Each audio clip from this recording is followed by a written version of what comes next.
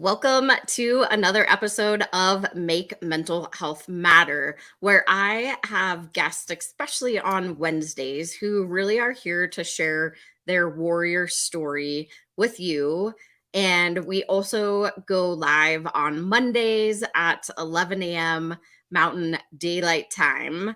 Either way, if this happens to be your first time watching this, make sure you mash down that subscribe button or add us to your favorites list, your watch list, whatever they happen to call it, on whatever platform you are watching from, so that you don't miss another episode. Because I promise you, every single guest that I have, every single day and week and month, and they all just seem to topple over each other. And I especially love Wednesdays to be able to showcase the stories of the warriors, whatever they have been through within their life, and really shine a light in that hope place.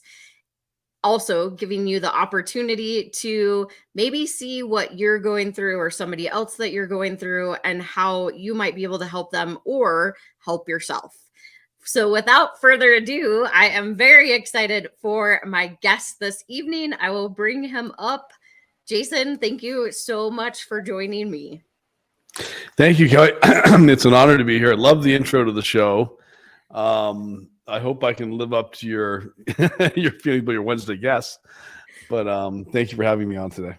Yeah, absolutely. Oh, I'm sure you will. You know, we've done a couple things together in the past. So, but tell the audience a little bit about your story and your journey. Sure. Look, I never expected I'd ever be here with you today, ever in my life. Mental health is something that I've never struggled with. Did not really think of it being a thing I need to worry about in my family. And we didn't really talk about it, even though I have 4 kids.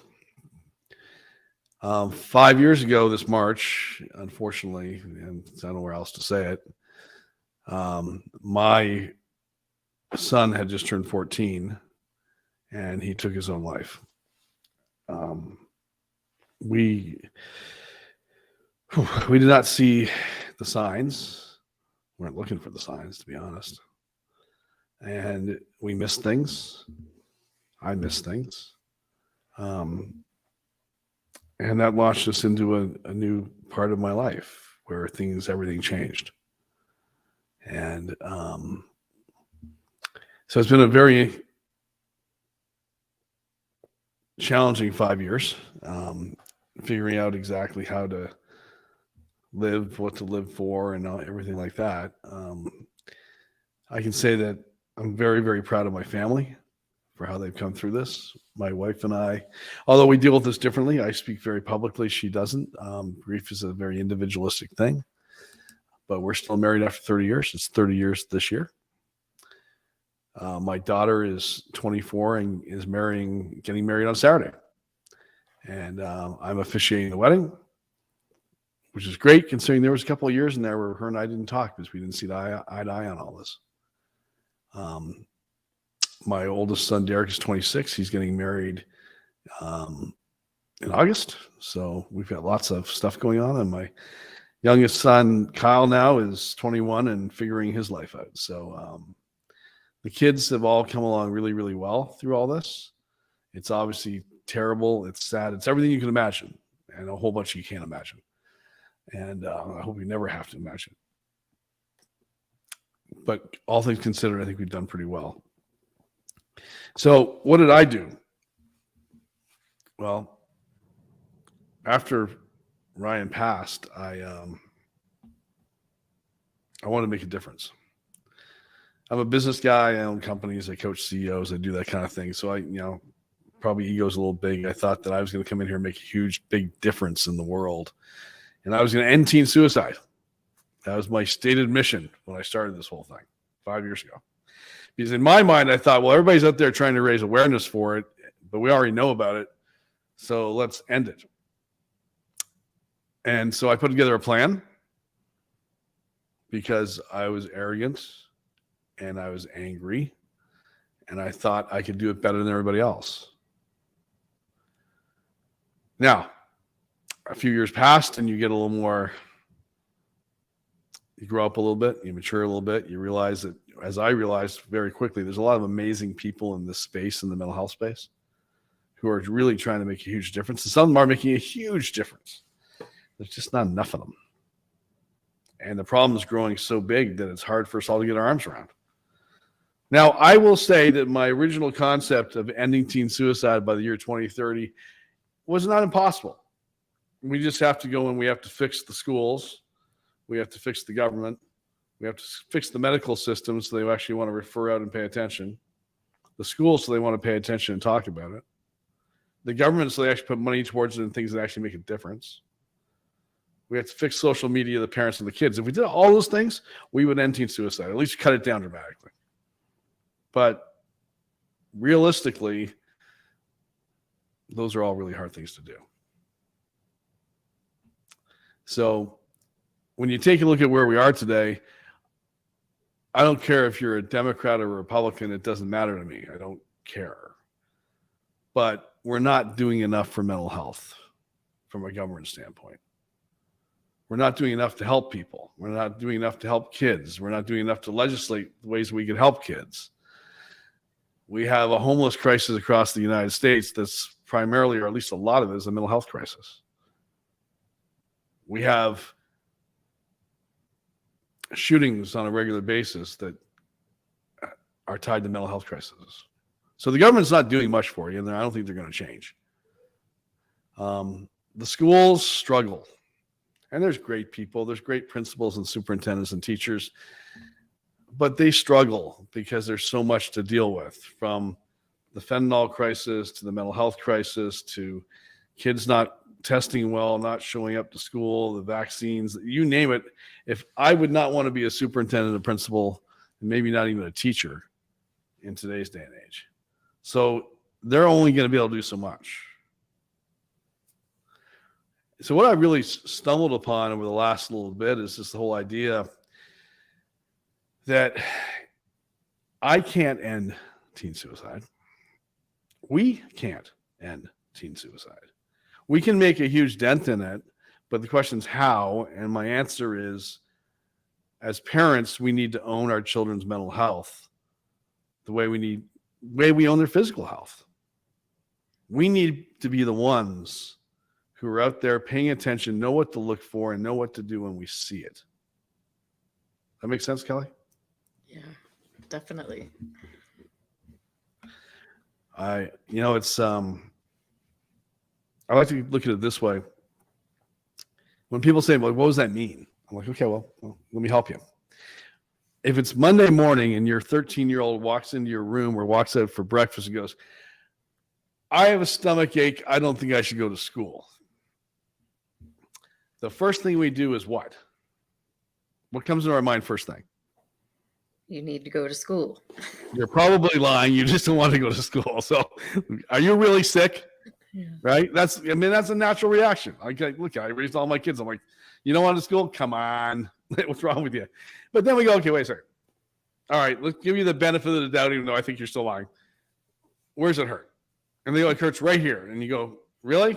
And you go and you poke at it and go, and oh, I'm like, oh, well, okay. Let's see if you have a fever. Oh, you have a fever. Oh, you just threw up. Oh, we need to do something about this right now.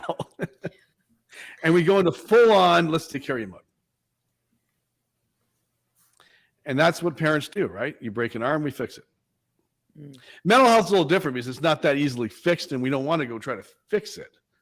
But we need to pay attention to it, right?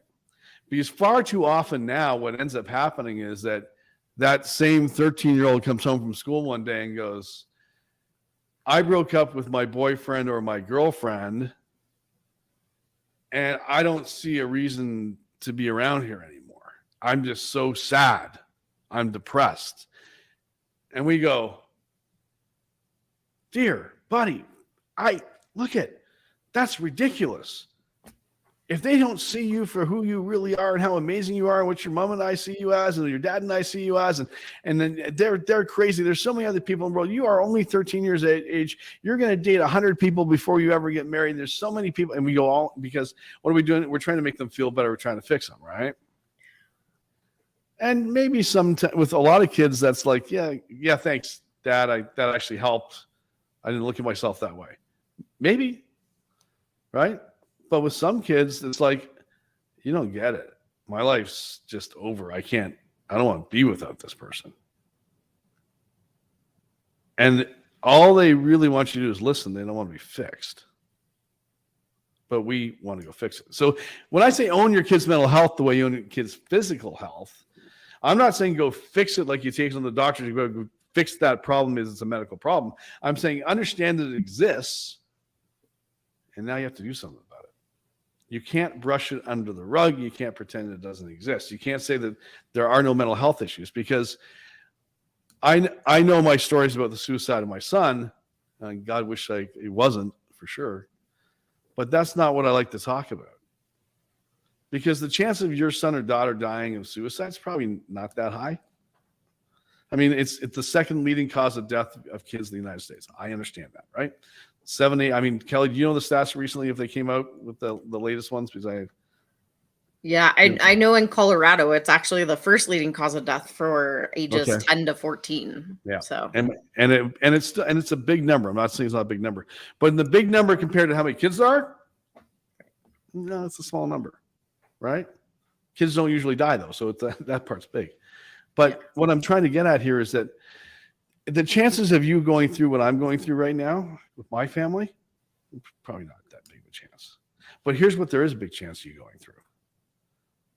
Over 40%, depending on where you want to get your stats from, of kids today and adults are going through some kind of major depression or anxiety mood situation over the last year. Might be doing it right now.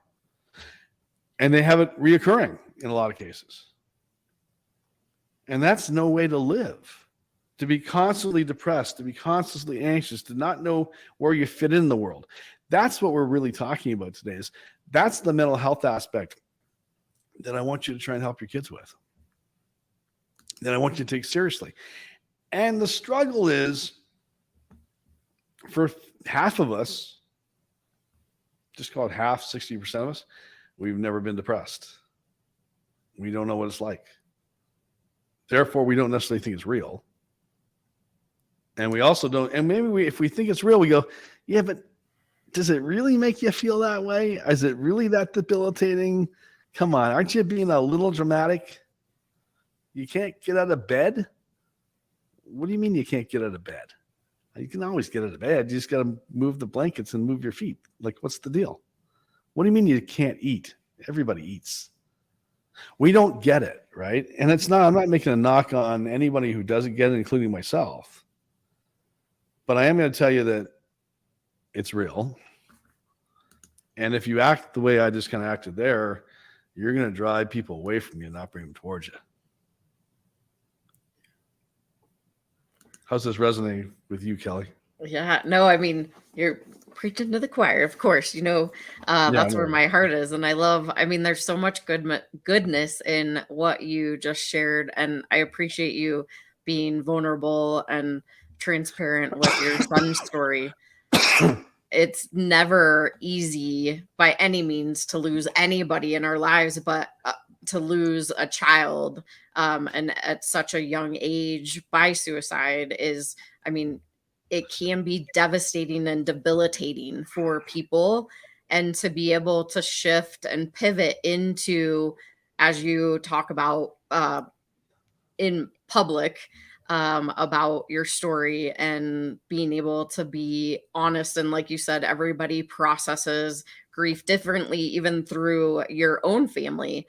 And knowing, one thing that really resonated with me was the weddings, because I got married last summer and we had this conversation I do a support group for grief and loss. And we actually just this last Monday, I had a woman in there that was talking about her son getting married and her ex, or well, I don't know if it was an ex, but her husband had died by suicide.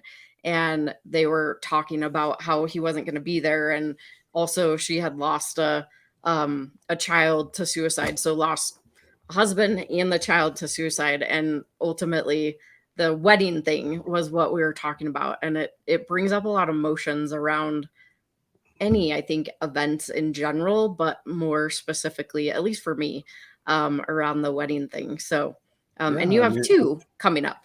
Yeah, well, at least one's eloping. Let me turn off this fan. I'm going to call an audible here because I don't know if you can hear that. Yeah, no worries.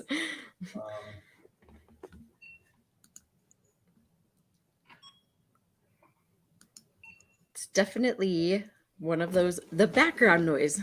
Who knew? I think I just turned it off. Yeah. So you should turn it off. Worries. Oh, yeah, I mean, the wedding's challenging, right? Because, like, you know, you want to not make a big deal of the fact he's not there, but also honor the fact he's part of the family. Yeah. So we found some very subtle ways that if you know the story, you'll know, and you'll notice some of the signs, some of the things. But if you're not really familiar with it, you're not gonna know. If you don't know the family intimately, you're not gonna notice. So yeah. But and that's how we landed. But you know, back to this whole thing about owning your kids' mental health is like, is that fan bothering you? I'm sorry. No, I can't hear it, so you're good. Oh, yeah. Great. I'm sorry, guys. I want to make sure this is right. No, you're good. Yeah. So when you take a look at it, it's like, okay, so what do we got to do, and how do you explain this to someone who doesn't understand depression, which is over half the population, right? And I think last time you and I talked, Kelly, I shared the story of my analogy about living in Southern California, looking outside, not a cloud in the sky. Not this year's California, but in the past year's California. And I can be sitting here out of my office window looking up, there's no clouds in the sky. But if someone was here depressed with me, who was depressed and sitting with me, right, they would only see clouds potentially in the sky, that there's not a cloud in the sky. In their mind's eye, they would only see clouds. And if I sat here trying to convince them there's no clouds in the sky, there's nothing I can say that's going to convince them that it's a sunny day. Because it doesn't work that way. Mm-hmm. And the more I try to convince them there's no clouds in the sky, the more they're going to pull away from me. And when they pull away from me, they don't talk to me, and maybe they don't talk to anybody. And the thing that people need to understand about depression and anxiety and kids or anyone who might be suicidal is they need to talk. It's how they get it off their chest. It's how they feel better. They need to cry. They need to talk. They need to get it off their chest. So the only thing you can really do with someone who is depressed, who's seeing only clouds, is to talk about the clouds. What do you see? Tell me what they look like. Tell me how they make you feel. Do they come and go? Are they there all the time? Are they there just partially? Are there good clouds and bad clouds? Tell me as much as you want to tell me, as much as you can tell me. And then with every fiber of your being, resist trying to fix it. The minute you go into I'm going to fix it mode,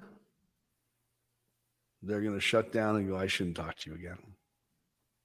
I'll say that again. They're going to shut down and think to themselves, I should not talk to you again because you don't get it.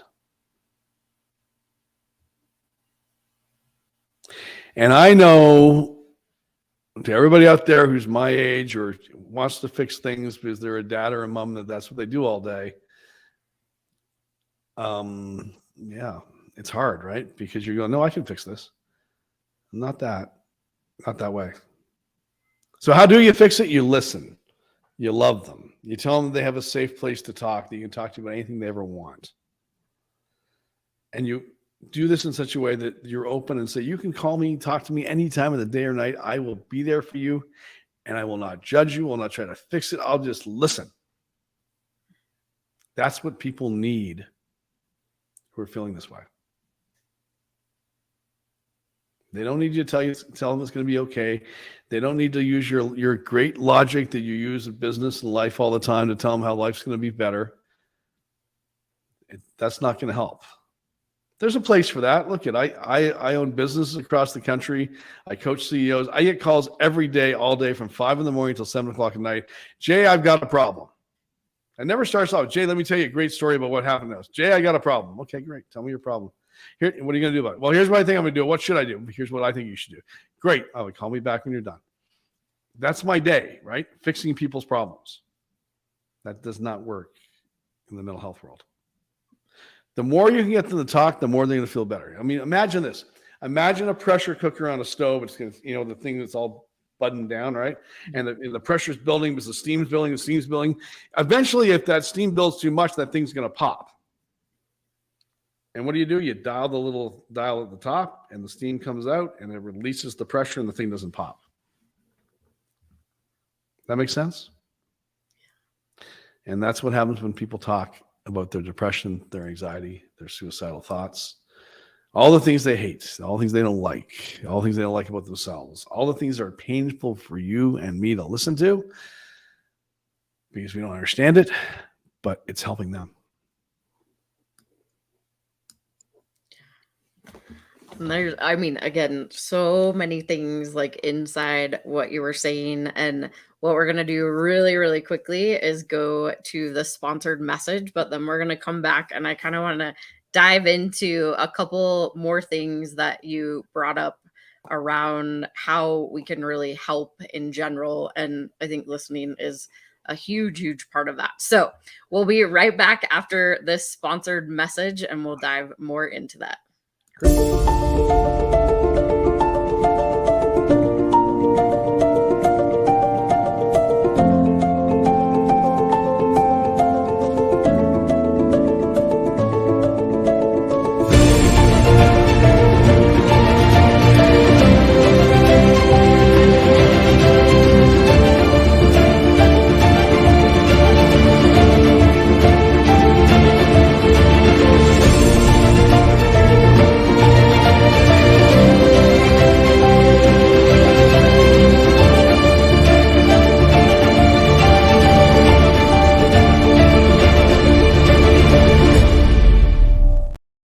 And like that, we are back.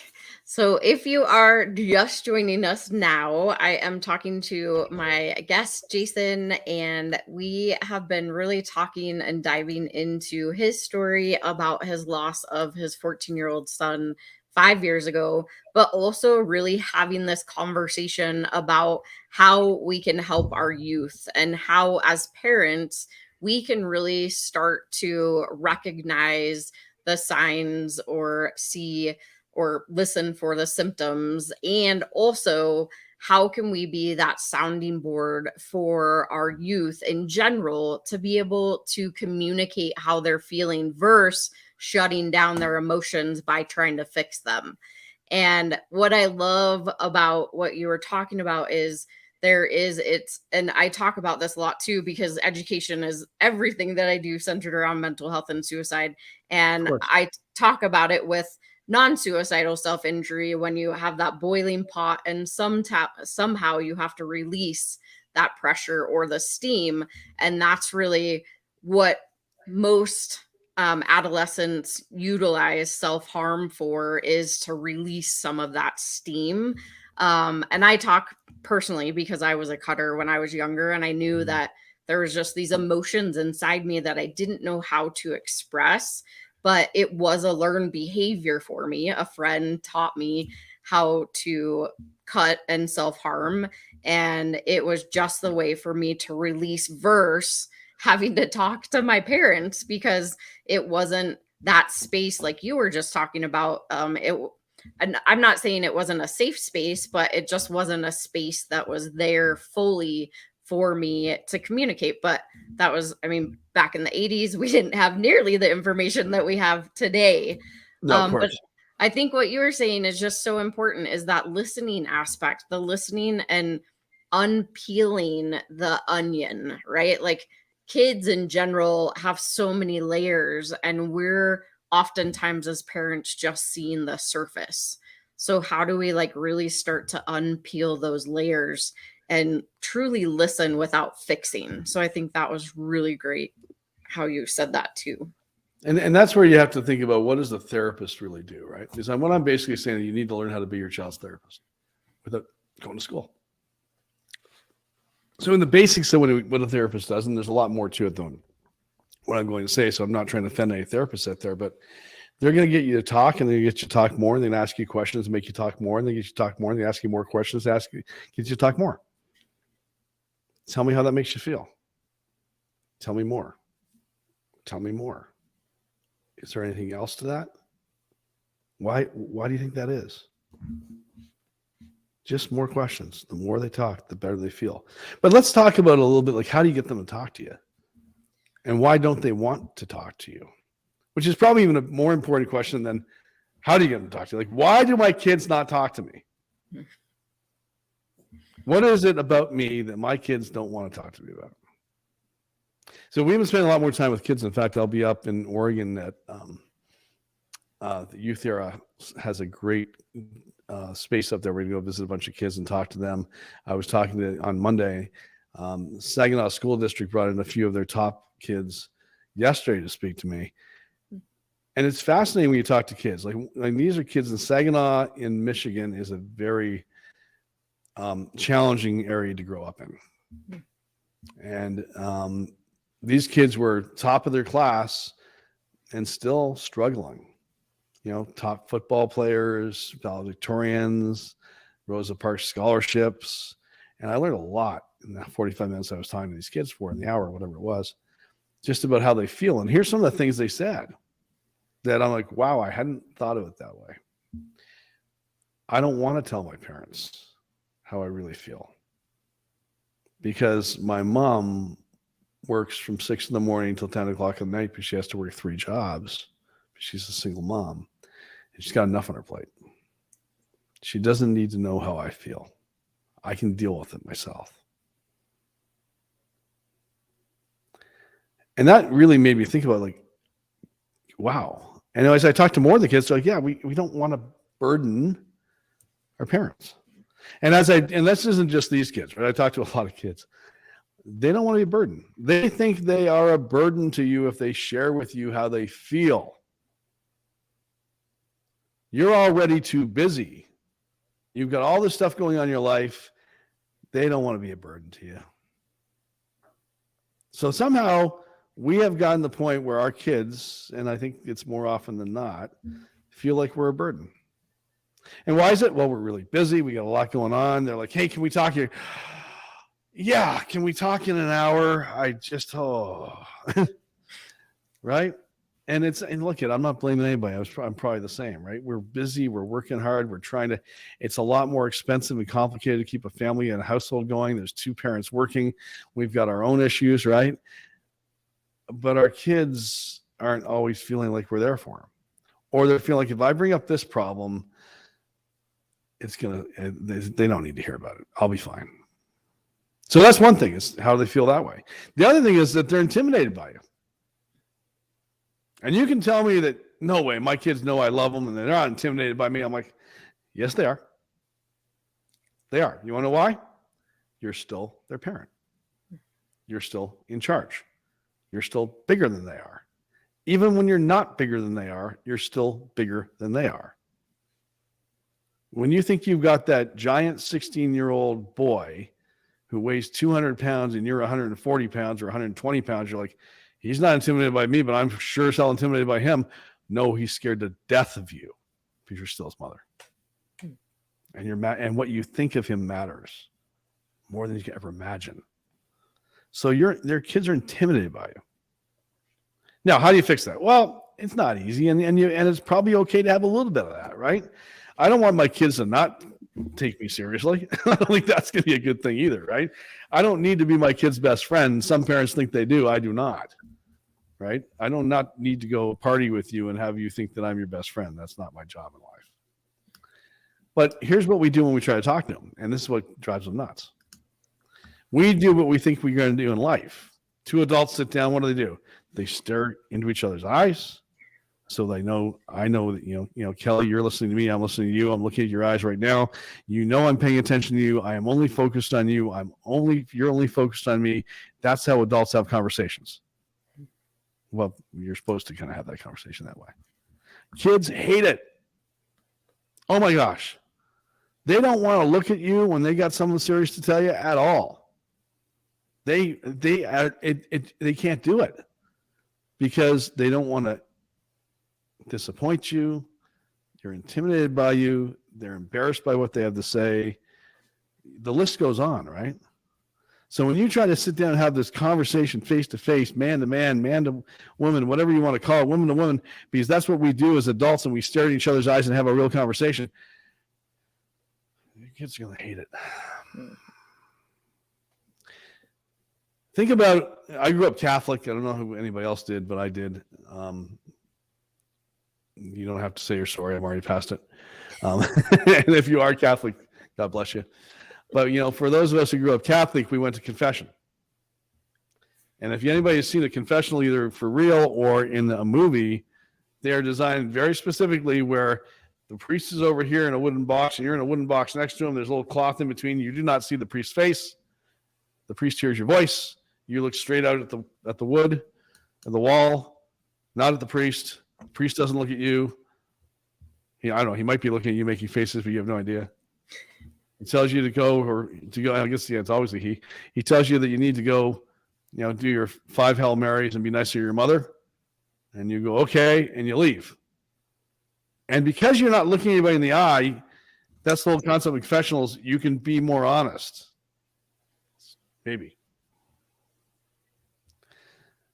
So the first thing you want to get your kids to talk to you is stop trying to look them in the eyes, unless they want to. Find a time when you can go for a walk on the drive home, right? I mean, the drive home is the best time to talk to your kids in some ways. Well, not everybody, but a lot of kids will talk to you. Why? They know you can't look them in the eyes. You can't steal their soul when you're driving. And they think you can when you're staring at them. I know it doesn't make any sense, but I'm just reporting the news. So, we actually designed an album called Songs for the Ride Home with BMG Music. And Songs for the Drive Home is on, or I guess on YouTube, and it's on Spotify and music channels, right? But it's basically songs you can listen to on the drive home. They're all mental health-based songs. First album, side 1 is for younger kids, side 2 is for older kids. But you listen to these songs on the drive home with your kids. They're fun, catchy songs. We're very proud of them. And it might spark a conversation with your kids. They might go, that song, kind of that bullying thing, that how that person was feeling, not feeling like they're living up to everybody else. I feel that way sometimes. Can we talk about it? Because it's all about sparking the conversation. Getting your kids to see you differently, to not be intimidated to talk to you. It's about going home and saying, you know what? I had a rough day today. There's this guy or gal at work who's just, how do I put it? I'll put it nicely. They're a bully. And they're mean to me. And it was a bad day. We all get bullied. Bullies don't just exist in elementary school, middle school, and high school. They exist at work. They exist at adults. It's the mean girl thing is still when they're 40 and 50 years of age sometimes, and the mean guys. So if you actually had that moment happen and you had the strength to go and tell your 14-year-old or your 12-year-old, I had a really tough day with this bully, you might be shocked at the conversation you have with your kids. They go, well, tell me about it. Well, here's what happened. Oh, how does that make you feel? You'd be amazed. Your kids are a lot better at asking questions than we are, probably. Mm-hmm. And then they might go, I got a bully too.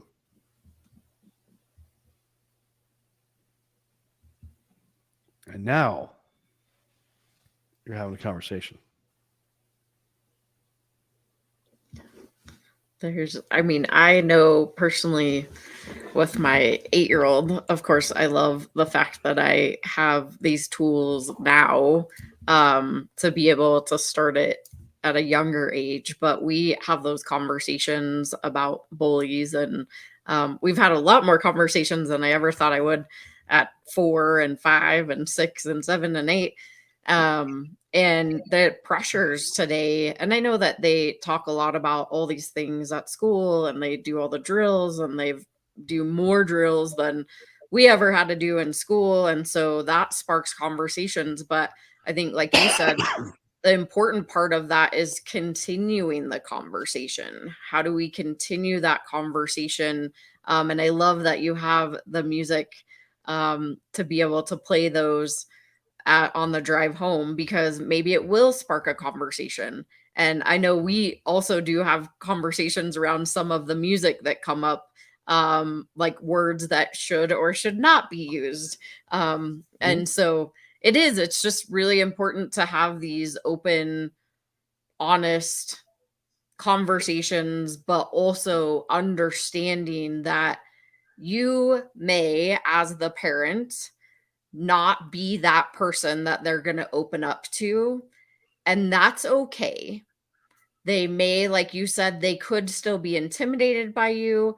It could also maybe be awkward, whatever that might be. I know a lot of times what I talk about is that they are afraid they're going to get in trouble, or they are afraid that they are going to get judged. And so sometimes as a parent, we are not that person that they go to, but if we can figure out like who that trusted person for them might be, and create that safe space for them to come to be able to talk when they're ready. I say it's planting seeds. You're like planting seeds to let them know, hey, I'm here if you need me or if you want to talk about it, but I'm not going to force you to, which I think is a very different narrative than what it used to be. So I mean, we can't. You're not going to force your kid to talk to you. It's not going to happen. Right? It doesn't happen. No. Yeah. I mean, anyone who's barged into the room, and please don't listen to this and barge into the room and say we need to have a conversation, because that's gonna, you're gonna then realize how much your kids can swear, and you're gonna go, wow, where'd you learn that? And that's just gonna go poorly. But I can tell you, and Kelli, you're absolutely right. It may not be you right now, right? But all the kids I've talked to over the last 5 years, when I ask them, like, what do you want your parents to do? Like, should they keep asking you? And they're like, yeah. I may yell at you. I may tell you I don't want to talk to you. But it would really suck if you stopped asking. Because when you stop asking, their mind goes, well, I guess you don't care anymore. I mean, you got to kind of get rid of all this logic in your head about, they told me to stop asking, so I'm going to stop asking. Well, then you stop asking, and they go, you don't care. So, I mean, it's complicated, right? And I'm sorry it's so complicated. I wish it wasn't so complicated. I wish the whole thing was as easy as it probably was when my parents raised me. But, back then when the phone rang, it was on the wall, and it was a lot easier. Like your 8-year-old daughter, 8-year-old daughter, right? Son, 8-year-old yeah. son, I apologize. Yeah. No. Your 8-year-old son, I mean, he's likely heard from somewhere that the world may not even exist in 15 years because of global warming. Why should he even bother trying to be 25 years of age? Because he's probably not going to make it that far. He may have heard that on social media, the news, or from a friend. He may have heard, God knows what they were thinking about even at 6 years of age during COVID. Oh my gosh, am I going to die? And then, oh my gosh, I took the vaccine. And then, oh my gosh, what if I don't take the vaccine? And then, oh my gosh, is there going to be a nuclear war with Russia?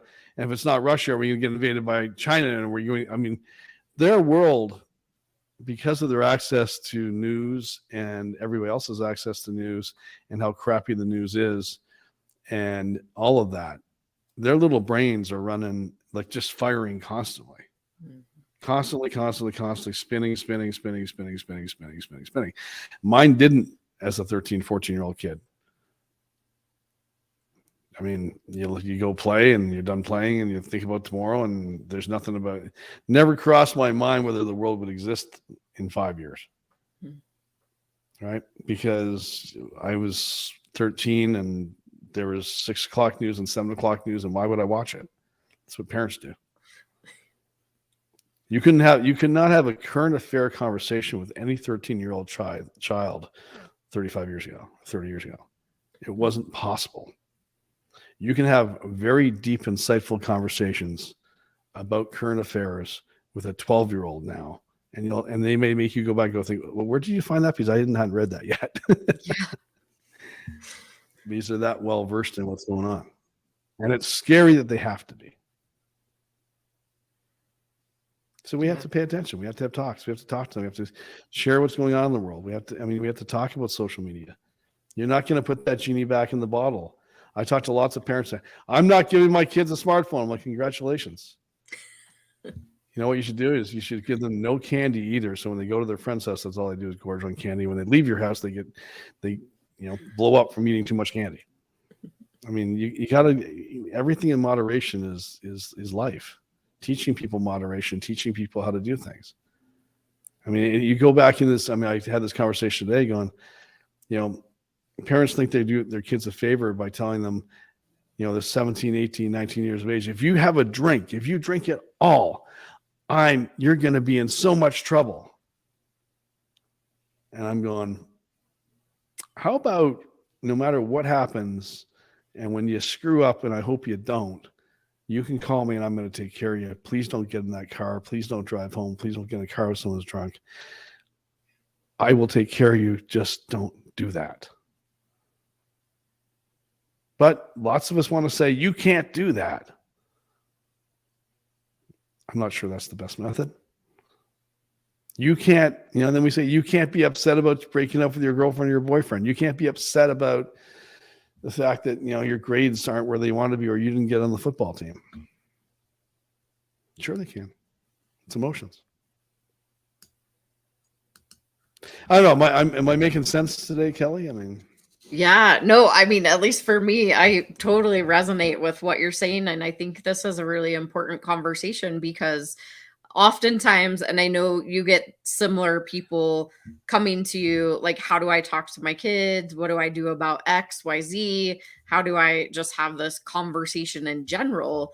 And a lot of what you're talking about is, I mean, it's very different now than it used to be. And it is, or can be, a little bit more challenging because I just think, I'm like, thank God, universe, source, whoever is up there, that like my kids are better than I was back in the day. Cause I was that rebel of, oh, tell me not what to do. I'm going to do the opposite. Right. But we also didn't have all of the things that are going on today. Right. And so it's a different world. We aren't going to put that genie back in the box. And so how do we embrace it? And how do we set limitations? And how do we set expectations, but also have this open dialogue of, I would much rather you call me than get into a car or go drive drunk or do this or do that. Like, I am here if you need me. Again, like I always say, planting seeds. They're going to hear what they want to, not hear what they don't want to hear, but constantly asking those questions. And I love that you pointed that out too, is that they want you to continue to ask. Although you feel like you're asking all the time, they really do truly want you to continue to ask, and they want to know that you care. So.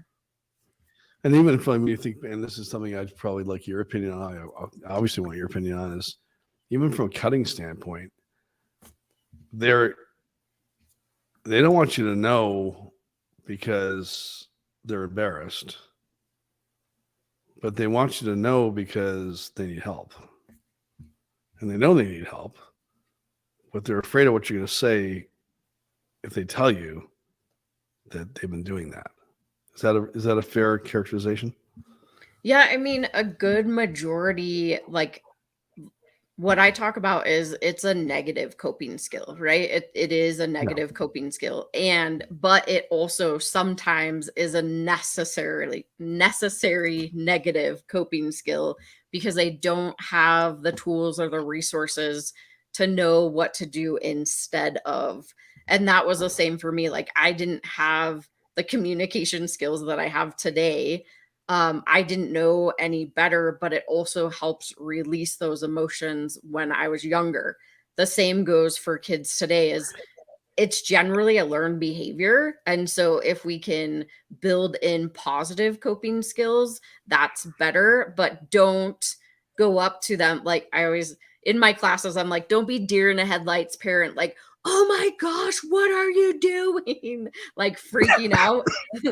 That is definitely not effective by any means. With anything, right? I Yeah, mean, with no anything. matter what they tell you, you got to be stoic. You're like, oh wow, okay. Yeah, I love my analogy that I often say is you have to be like a swan on a pond. You have to be like cool, calm, collected on the surface, but underneath you can be paddling super, super hard and have no idea what to say, what to do. But you have to like keep that cool, calm, collected when you have I those love that analogy. I'm conversations. going to steal that if you don't Yeah, mind. I think totally. it's fantastic. Yeah, I mean, look, we could go on for hours about this stuff, and sometimes I do because there's so much, right? But I mean, at the end of the day, when we're talking about it, it's like there's no one else out there that's going to help you guys. I mean, it'd be nice to say that someone else, you can just delegate this to your therapist and it'll be fine. But you're with your kids. There's 168 hours in a week, and they're with you most of those hours, either sleeping or in your house. And if you send them to therapy for an hour or two a week, it'll help. I'm not saying it's not going to help. A trained therapist who really knows what's going on is fantastic. But you still have to own your kid's mental health. And I wish I had the opportunity to do it. I wish I saw the signs.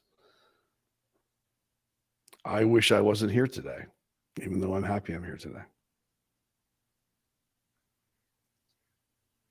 Well, and I'm so glad that you were able to come on and share. And a couple of things that I want to just add here, because I think it would be a really great space to add to is oftentimes, especially with youth. So, a couple things that really help change my perspective is we have to remember that their brains are not fully developed until 25 to 28 now they're saying, but really they don't think with the rational part of their brain. And so things are really, really real to them. Like you talked about breaking up with a boyfriend or a girlfriend, it's really, really real to them.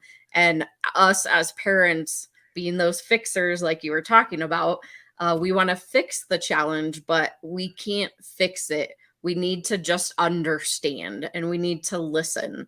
And we want to, of course, make them feel better. But what's going to be even better is knowing that this is a really big challenge for them and they may or may not get over it. And so we don't want to say, oh, you'll be fine tomorrow, or oh, you'll get over it, or a lot of comments come up like what back in my day or whatever, right? Like we don't need to input our stories, allow them to tell us their story, and then just understand that their brains are not fully developed. The other thing with youth is, especially with suicide, is mood shifts are often the things that we miss the most. They can go from high to low or low to high really drastic, and that's hard because with hormones and youth, it's challenging because they're already moody and they swing pretty quickly, but we have to be intentional and watch out for those things too. But I think that like what Jason is really talking about is that conversation. How do we have these conversations? How do we have open, honest conversations that are planting those seeds? And again, it may or may not be the right space or time for them to talk to you. And that's okay. But at least let's find a trusted adult that they can speak to, whether it's a therapist, maybe it's a family friend or a neighbor or somebody at school, whomever that might be, finding out who that person can be. So, Jason, any final thoughts or things that you want to share? I would only say that, parenting is inconvenient. It's not easy. It doesn't end when they turn 21. But it's wonderful.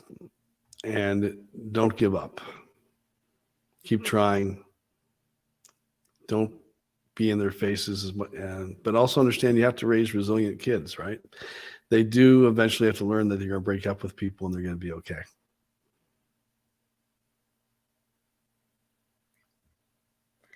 And if anybody wants to follow you or find you, where can they do that? The easiest way is to go to tellmystory.org, tellmystory.org. Thank you, Kelli. You go to the contact form and fill that out, and my folks will find me. We've got a group of people working full time there. The movie What I Wish My Parents Knew is on there, and we're putting that into schools. So if you like what you're hearing here is I'd love your help putting this program, What I Wish My Parents Knew, the film, into your school, where you get to see where I interviewed 8 kids talking about their mental health. And then we have a mental health professional come in and talk about what you just saw. It's a way for you to give back to your school in the sense of saying, I'm going to do something nice for other parents who may not understand this. And that's what we're trying to do right now. My whole team is on this every day. Awesome. Well, thank you, Jason, so much again for being my guest. I'm so glad that we could share the stage again together. So thank you so much. Absolutely. It's an honor. Thank you. You're welcome.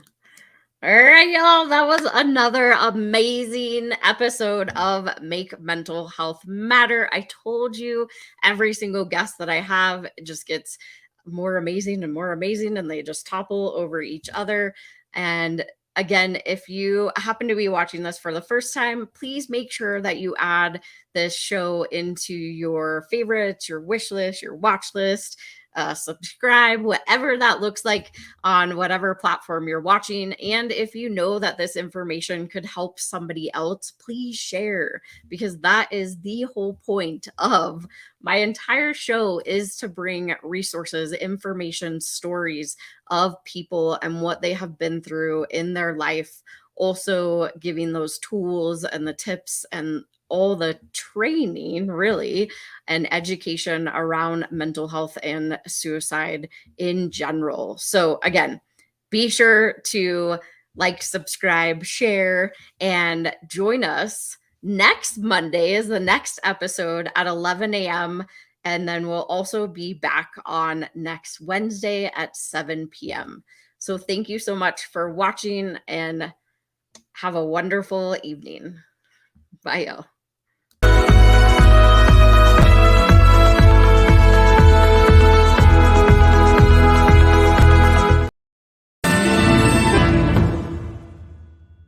Everyone, I am Sinet from Bredar. I'm from Johannesburg, South Africa. Please join me in my Power Hour every Sunday, 12 o'clock Pacific Standard Time on E360 TV. Mwah!